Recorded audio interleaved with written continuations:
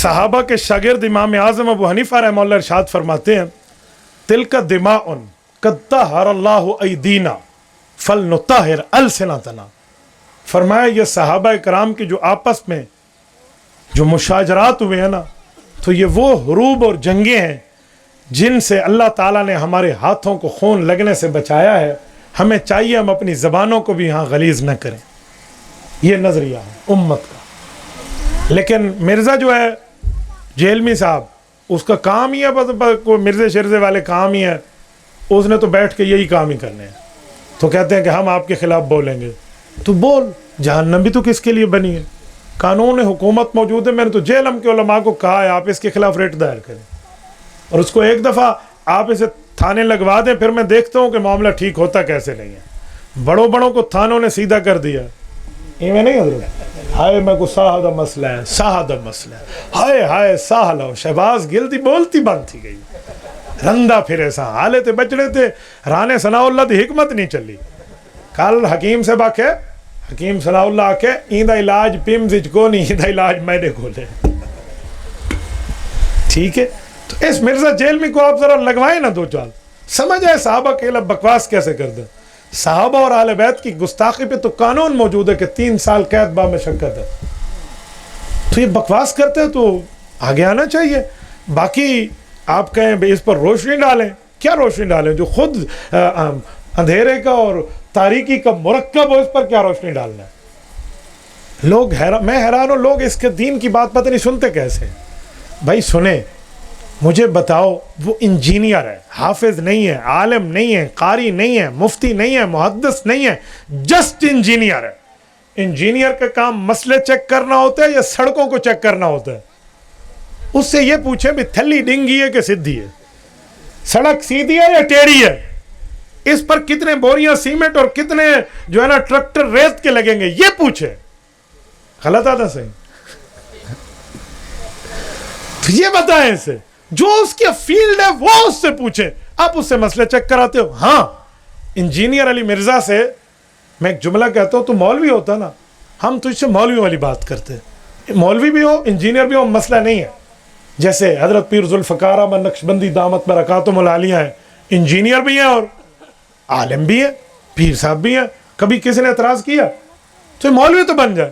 جب میں نے یہ کہا نا لاہور میں، تو اس انجینئر کے 2-4 کوئی ادھر ادھر والے بیٹھے تھے، انہوں نے رابطہ کرایا. اگلے دن مجھے کہتے ہیں انجینئر صاحب کہہ رہے ہیں مفتی صاحب کو کہو میں کس فرقے کا عالم بنوں، تم نے تو کئی فرقے بنائے ہوئے ہیں.